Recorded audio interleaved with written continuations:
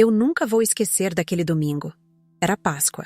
A mesa estava posta como sempre, com o mesmo cheiro de bacalhau assado e aquele vinho barato que meu pai comprava achando que era fino. Todo mundo sorrindo, rindo alto, fazendo piada como se a vida fosse sempre leve. Mas naquele dia, alguma coisa dentro de mim já dizia que tinha algo errado. Um aperto no peito, um silêncio estranho atrás dos sorrisos. Eu estava sentada entre dois tios, com meu prato cheio, esperando aquele momento tradicional que sempre vinha depois do almoço. Minha mãe me entregando um ovo de Páscoa com um bilhetinho, escrito à mão. Ela fazia isso desde que eu era pequena. Era simples, mas era nosso. Eu esperava por aquilo. Só que naquele ano, ela não me deu nada. Nada. Em vez disso, meu pai bateu a taça com a colher, pedindo silêncio. Todo mundo olhou, para ele já imaginando alguma brincadeira. Mas ele estava sério.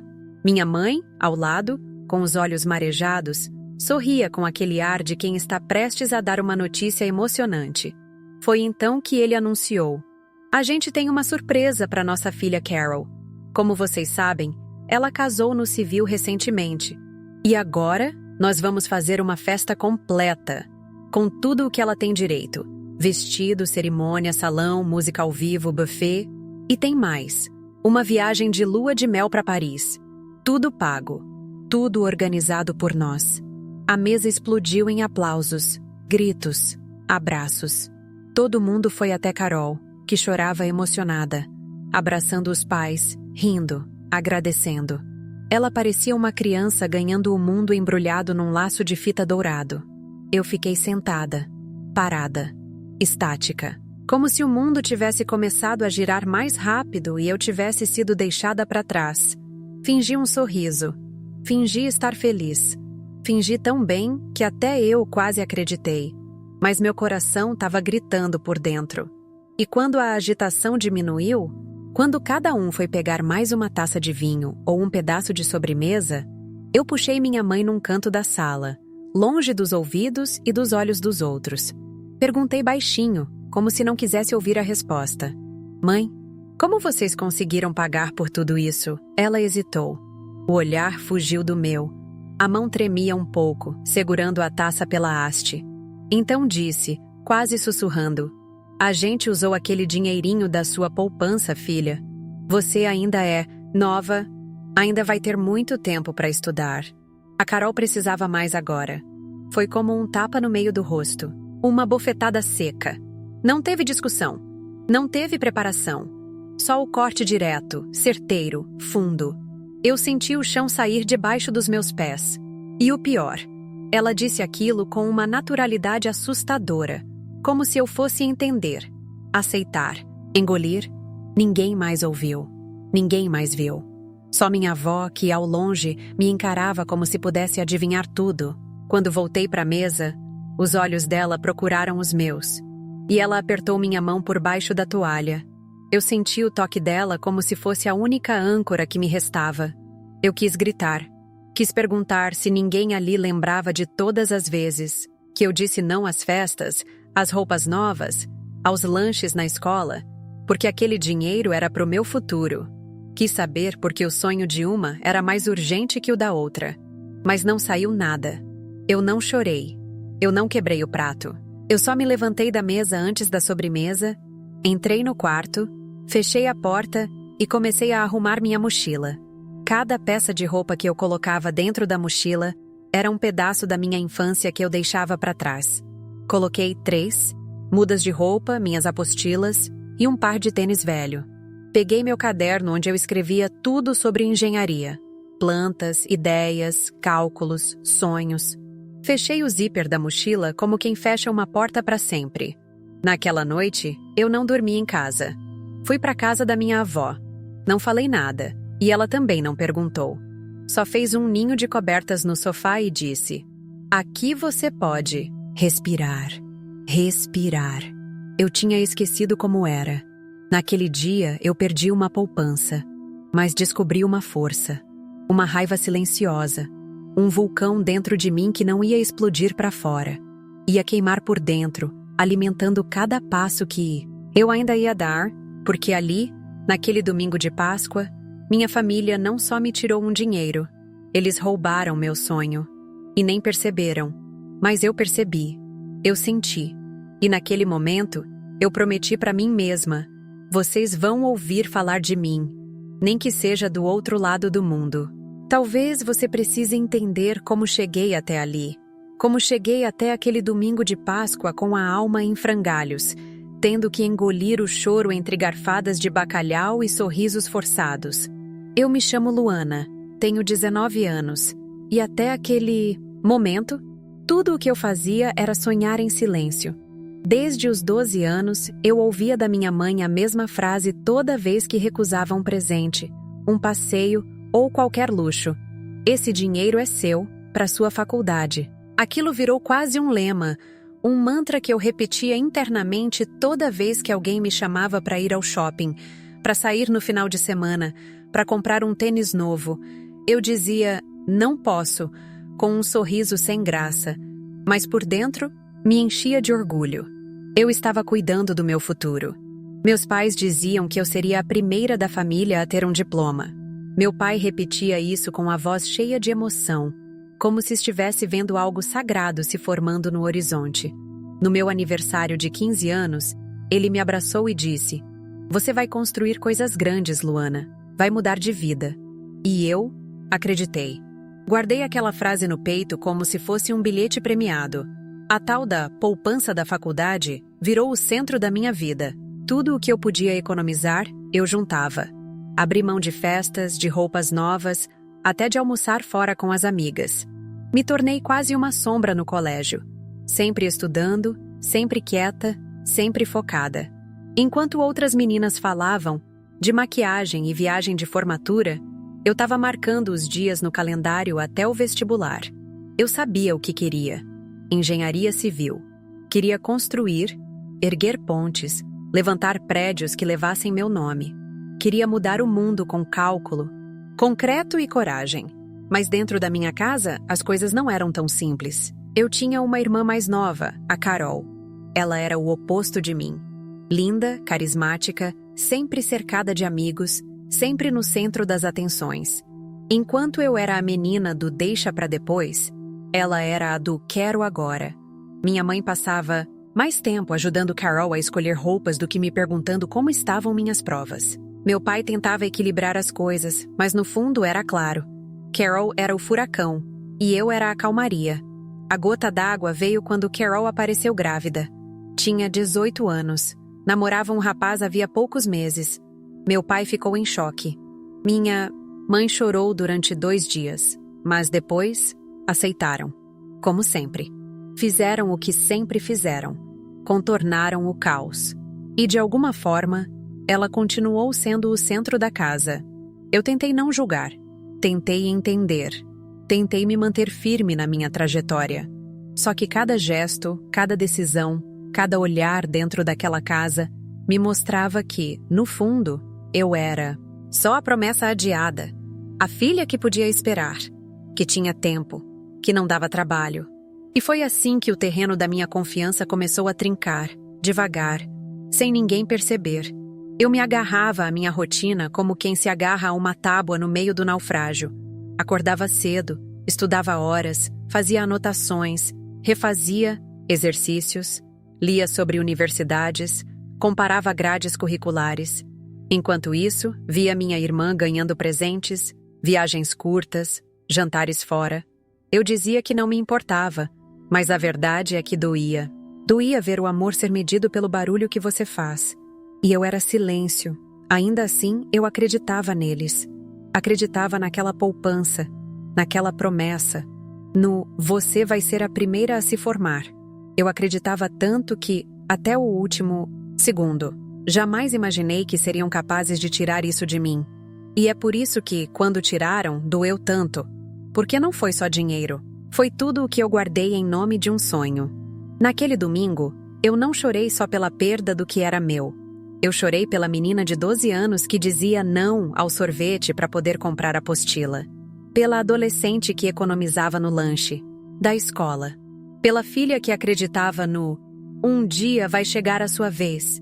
E ali, ao lado da mala, Com a mão da minha avó sobre meu ombro, eu entendi. Minha vez não ia chegar. Eu ia ter que ir atrás dela, nem que fosse sozinha. A noite caiu fria naquele domingo, e eu fiquei ali, sentada no sofá da minha avó, abraçada a uma almofada como se fosse uma boia de salvação. Ainda vestia a roupa do almoço de Páscoa. A maquiagem borrada nem era de tanto choro. Era da raiva contida. Eu ainda não tinha chorado como devia. Tinha sido tudo tão seco, tão rápido, que parecia que nem eu mesma tinha entendido o que tinha acontecido. Minha avó, com aquele jeitinho de quem fala pouco, me ofereceu um chá. Não perguntou nada. Só me olhou como quem sabe que o mundo desabou. E às vezes é só disso que a gente precisa. De alguém que não queira explicações, só presença. Bebi o chá em silêncio e fui pro quarto de visitas. Era pequeno, cheirava a lavanda e solidão. Mas ali eu me senti segura pela primeira vez em muito tempo. Naquela madrugada, quando tudo ficou em silêncio, eu chorei. Chorei como uma criança que acabou de descobrir que o Papai Noel não existe.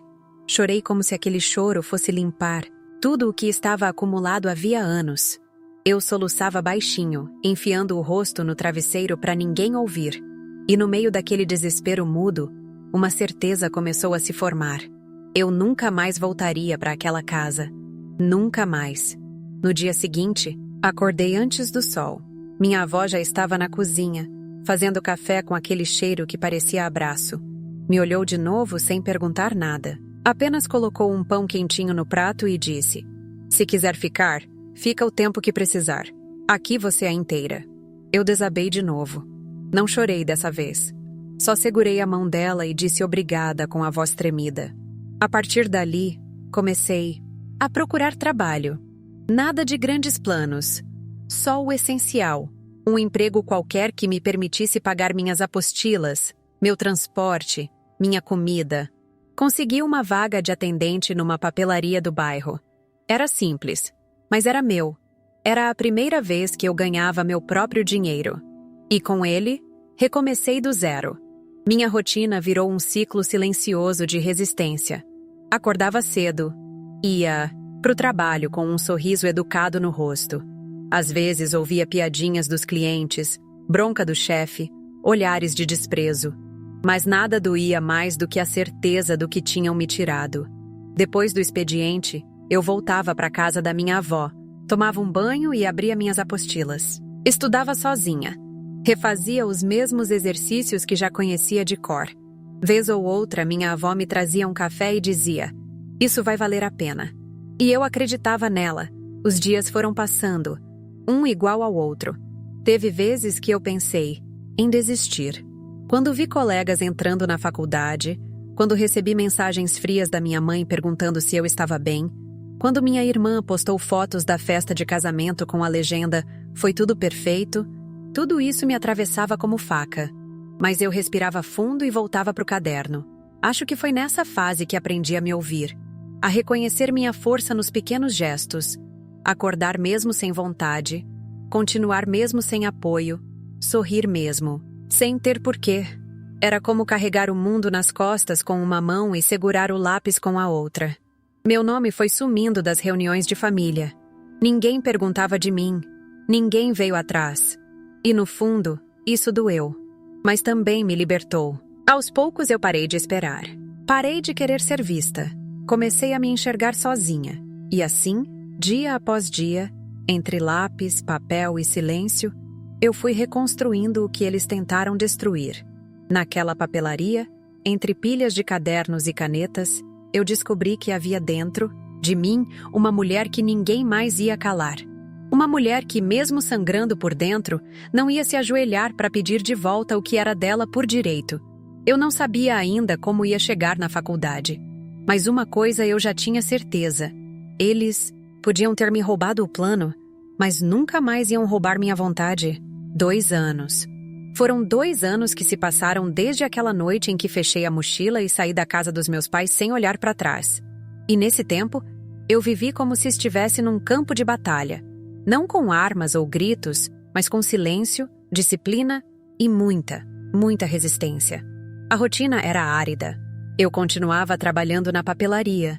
agora em horário integral. O salário mal dava para cobrir as contas mínimas, mas eu sabia onde queria chegar. Então comecei a procurar alternativas. Descobri um cursinho popular na periferia, sem taxa, de matrícula e com professores voluntários. A aula era num galpão improvisado. As cadeiras eram duras. O ventilador fazia mais barulho que vento. Mas ali eu vi gente como eu. Sonhadores quebrados, mas ainda de pé. Comecei a estudar à noite, depois do trabalho. Saía da papelaria às 6, pegava 2 ônibus, chegava na aula exausta. Às vezes com fome. Muitas vezes com dor de cabeça. Teve noite que cochilei na carteira. Teve dia que fui com a mesma roupa porque não tive tempo de lavar outra. Mas eu estava ali. E isso já era mais do que muita gente acreditava que eu conseguiria. Os professores enxergavam a gente como potência. E isso me alimentava.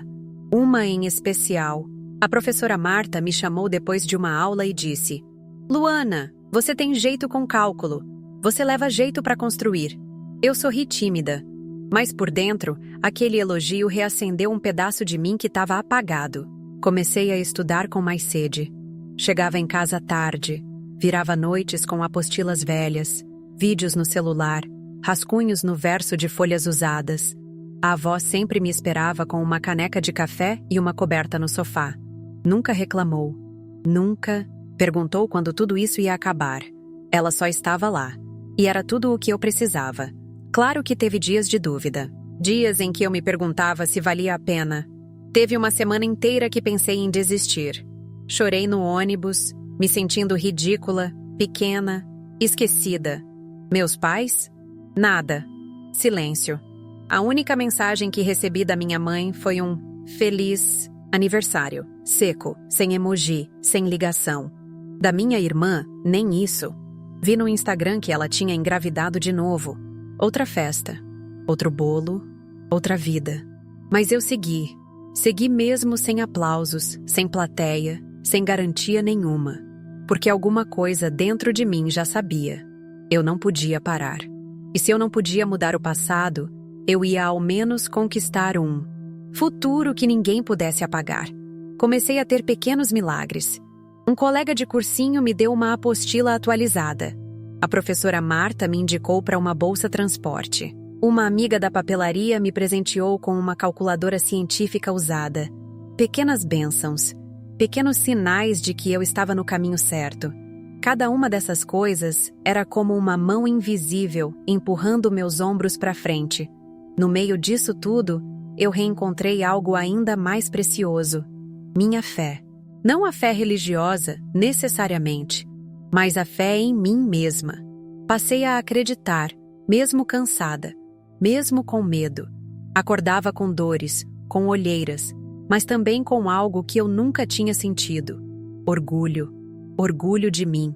E pela primeira vez na vida, parei de me comparar com a Carol. Parei de me perguntar por que ela tinha tudo de mão beijada e eu tinha que escalar montanha por centímetro. Eu só queria chegar lá. Nem que fosse rastejando. A dor ainda estava ali. Não é como se tivesse passado. Mas ela deixou de ser ferida aberta. Virou cicatriz. E cada cicatriz, para mim, era como um degrau. Eu estava cansada, mas eu estava em pé. E isso, naquele momento, era a maior vitória da minha vida. Quando saiu o resultado do vestibular, eu estava voltando do trabalho, exausta, com as mãos cheias de poeira de envelope e a cabeça latejando de cansaço. Peguei o celular no ônibus, sem muita expectativa, só para checar. Meus dedos tremiam. Abri o site, digitei meu CPF, esperei a página carregar como quem espera o mundo decidir se vai desabar ou não. Primeiro lugar, Engenharia Civil, Universidade Pública. O curso dos meus sonhos. E li e reli aquilo umas 10 vezes. Achei que era erro, que era pegadinha, mas era real. Era meu nome ali, estampado na tela, iluminando meu rosto suado e cansado. Comecei a chorar ali mesmo, no banco do ônibus, rodeada de desconhecidos. Ninguém entendeu nada, mas eu finalmente entendi tudo. Aquilo não era só uma aprovação, era o grito preso na garganta, era a volta por cima, era a menina silenciosa, dizendo ao mundo: eu consegui. Cheguei em casa correndo, mostrando o celular para minha avó como se fosse um troféu. Ela chorou comigo, me abraçou forte e disse: "Eu sabia, sempre soube." Aquela frase foi mais valiosa do que qualquer parabéns que eu pudesse receber, porque ela me viu quando ninguém mais via. A faculdade foi outro campo de batalha. Entrei, atrasada, sem material, sem grana para o transporte nos primeiros meses. Mas fui. Fui todos os dias, com o mesmo tênis velho e uma mochila surrada. Dormia pouco, comia menos ainda, mas absorvia cada aula como quem bebe água no deserto. Meus olhos brilhavam de verdade quando a professora de estruturas dizia que cálculo era arte.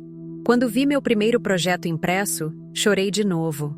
Era só o rascunho de um prédio pequeno. Mas era meu, me destaquei. Não porque era melhor que ninguém, mas porque eu vivia aquilo com cada parte do meu corpo. A coordenadora do curso me indicou para um programa de intercâmbio. Eu quase recusei. Não tenho como pagar a viagem, mas ela riu e disse: tudo pago. Bolsa completa. Você merece. E foi assim que, aos 25 anos, entrei num avião pela primeira vez. Sozinha. Com medo, mas com o coração cheio de força.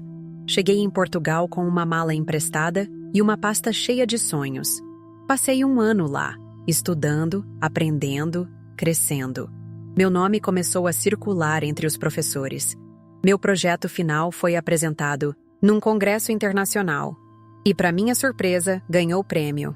A entrevista foi transmitida em rede nacional. Eu falava do projeto, da sustentabilidade, da importância de sonhar mesmo sem apoio.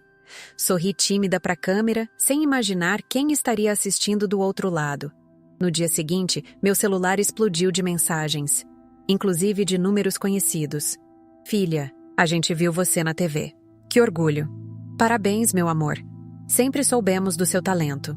Eu li, suspirei e respondi com uma única foto, eu e minha avó, de mãos dadas, segurando meu diploma, sorrindo, sem legenda, sem justificativa. Ali estava tudo. A vitória era minha. A dor também. E eu nunca mais ia deixar que alguém decidisse por mim o que eu merecia conquistar. Hoje eu olho para trás e quase não reconheço aquela menina de 19 anos, sentada à mesa do almoço de Páscoa, esperando um bilhetinho num ovo de chocolate. Tão cheia de esperança. Tão certa de que seria cuidada. Ela não existe mais. Mas foi ela quem me trouxe até aqui. Aquela decepção foi o estopim. Mas não foi o fim. Foi o início de algo que nem eu sabia que existia dentro de mim. Eu achava que precisava da aprovação dos meus pais, do apoio da minha família, da validação de quem nunca me enxergou de verdade. Mas eu só precisava de uma coisa: continuar. Um passo depois do outro. Mesmo sem saber onde ia dar, a vida me deu a chance de me refazer. Aos poucos. Com silêncio, com trabalho, com estudo. Doeu. Muito. Mas foi uma dor que me esculpiu, que tirou. O excesso, que revelou a essência. Eu descobri que há um tipo de força que só nasce no abandono. Um tipo de fé que só cresce no escuro. Me reconciliei com meu passado, mas sem voltar para ele. Hoje, se meus pais me procurarem, não vai ser com mágoa que vou responder. Vai ser com clareza. Eles fizeram o que escolheram fazer. E eu também. Só que, diferente deles, eu escolhi não repetir a injustiça. Não alimentar o ciclo. Eu escolhi seguir. A Carol? Eu torço por ela. De verdade. Cada um vive os seus processos. E eu aprendi que não preciso competir. A vida que eu construí é suficiente. A mulher que me tornei é inteira. E hoje, ela olha no espelho com orgulho. Ainda moro em Portugal. Trabalho em uma empresa de engenharia reconhecida, desenvolvendo projetos sustentáveis para cidades do futuro. Já fui convidada para dar palestras, entrevistas, e tudo isso parece um sonho. Mas não é. É fruto, é caminho trilhado, é suor transformado em alicerce. E sabe o que é mais bonito? É que mesmo com tudo isso, ainda sou aquela menina que guardava moedinha na carteira pensando no vestibular. Ainda sou a neta que acordava com o cheiro de café e lavanda na casa da avó. A diferença é que agora eu sei. Meu valor nunca esteve no que me prometeram. Estava no que eu fui capaz de construir mesmo quando me tiraram tudo. Eles tentaram apagar meu caminho, Mas eu aprendi a desenhá-lo com luz própria. Hoje eu posso dizer: ninguém mais vai decidir o que eu mereço. Ninguém mais vai medir meu sonho por conveniência. E ninguém mais, nunca mais, vai me roubar em silêncio. Porque o que é meu, agora, ninguém tira. E você? Já viveu algo parecido? Já sentiu na pele a dor de ser deixado de lado? Mesmo depois de tanto esforço? Já teve que se reerguer quando tiraram de você o que era seu por direito? Conta pra gente aqui nos comentários. Escreve seu nome, de onde você nos assiste, e compartilha sua história com a gente. Quem sabe sua voz também inspire outras pessoas como a da Luana. Porque essa história não é só dela. Ela é de todos que já foram desacreditados. De todos que ouviram "você pode esperar" enquanto outros eram priorizados. De todos que já ficaram invisíveis na própria família, mas decidiram que isso não seria o fim. Luana mostra que a maior resposta não é o grito, é a superação. Que a maior vingança não é a raiva, é a conquista. E que ninguém, por mais que tente, pode roubar o brilho de quem aprende a brilhar sozinho. Se essa história tocou o seu coração, curta o vídeo, compartilhe com alguém especial e se inscreva no canal Janelas da Vida, onde histórias reais se tornam inspiração.